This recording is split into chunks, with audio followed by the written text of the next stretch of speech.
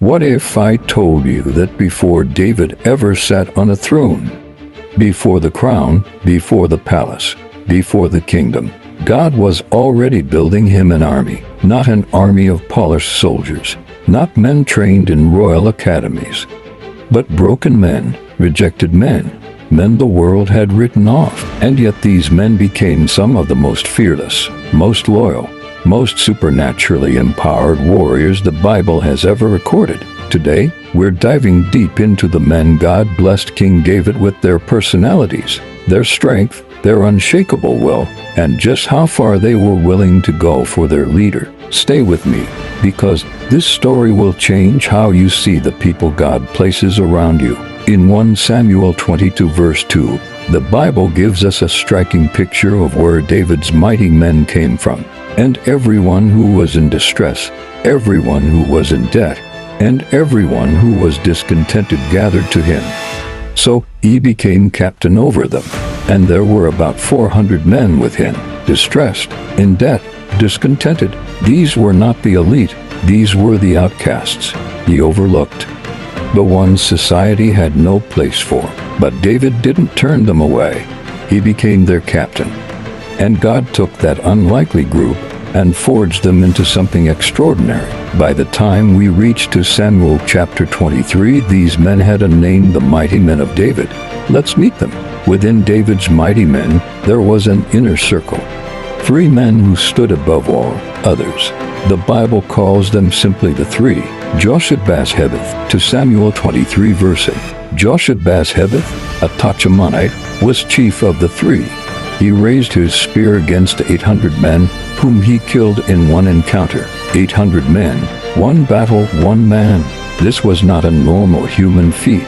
This was a man so consumed by the spirit of a warrior, so committed to his king, that he stood his ground when any sane person would have run. Fearless to the point of what looked like madness.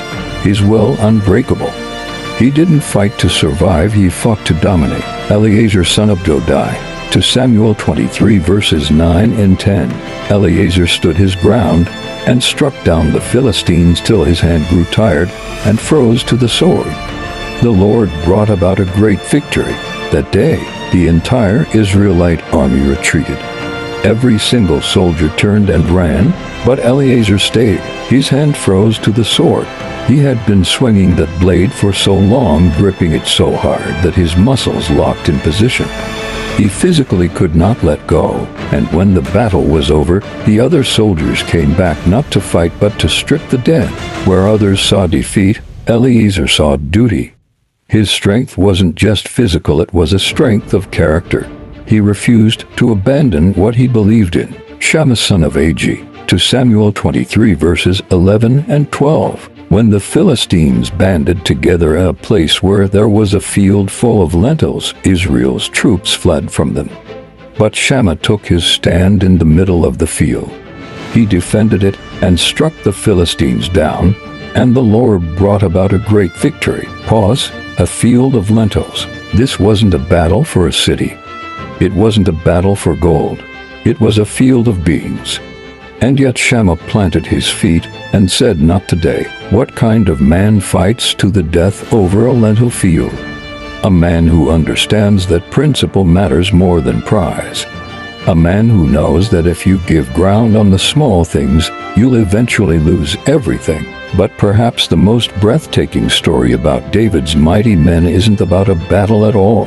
To Samuel 23 verses 15 to 17. David longed for water and said, "Oh, that someone would get me a drink of water from the well near the gate of Bethlehem." So the 3 mighty warriors broke through the Philistine lines, drew water from the well near the gate of Bethlehem, and carried it back to David. David didn't give an order. He didn't send them. He simply expressed a longing, a wish, and 3 men looked at each other, broke through enemy lines, and brought their king water. When David saw what they had done, he couldn't drink it. He poured it out as an offering to God and said, "Far be it from me, Lord, to do this. Is it not the blood of men who went at the risk of their lives?" These men were so devoted to David that a casual wish became a mission. That is the definition of radical loyalty. Shammah was a guardian. He protected what others dismissed as insignificant, and God honored that. Beyond the three, David had a broader group known as the 30, an elite regiment listed in 2 Samuel 23 verses 24 to 39. Among them, Asahel, described in 2 Samuel 2 verse 18 as being as fleet-footed as a wild gazelle, relentless. Once he locked onto a target, he did not stop. Benaiah, son of Jehoiada, 2 Samuel 23 verses 20 and 21. He struck down Moab's two mightiest warriors. He also went down into a pit on a snowy day and killed a lion. He killed a huge Egyptian.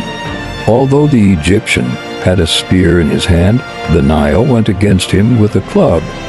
He snatched the spear from the Egyptian's hand and killed him with his own spear. Snow, fight anyway. Unarmed against a spear, take the spear. A lion in a pit, go in after it. Benaiah turned every disadvantage into victory. And then there's a name that will stop you cold. Uriah the Hittite, listed in 2 Samuel 23 verse 39 as one of David's mighty men. The same Uriah whose wife David took. The same Uriah David later had placed at the front of battle to die. Even in David's greatest moral failure, the man he wronged most was one of his most faithful warriors. That detail is not in the Bible by accident. So what was the secret behind these men? It wasn't their background. They came from debt and distress. It wasn't their training. Many were self-made warriors. It wasn't their numbers. At first there were only 400. What made them mighty was three things. One, they chose the right leader. When you position yourself around the right person, their anointing creates an environment for your gifts to flourish. Two, they were fully committed. Half-hearted men don't freeze their hand to a sword. Half-hearted men don't break through enemy lines for a cup of water. These men held nothing back. Three, God showed up in their battles. Notice how many of these accounts end with, and the Lord brought about a great victory. Their strength was real, but it was amplified by divine backing. Here's what I want you to take away today. God is not looking for perfect people to do great things. He is looking for committed people. David's mighty men were broken before they were brave. They were in debt before they were decorated. They were discontented before they were dangerous to the enemy. If you feel like you're in that place right now, distressed, in debt, discontented, you might just be in the exact formation God uses before a breakthrough. And if you already have people around you who are loyal, who stand firm when others run, who fight for small things with the same intensity as big things, treasure them. They are a gift from God. Don't give up on your story. The mightiest chapters are still being written. If this video blessed you, please give it a thumbs up. It helps more people find this content. Subscribe so you never miss a hidden Bible story that could change your life. Share this with someone who needs to be reminded that God uses ordinary people for extraordinary purposes. And drop in the comments which of David's mighty men resonated with you the most and why. I read every single one. God bless you. See you in the next video.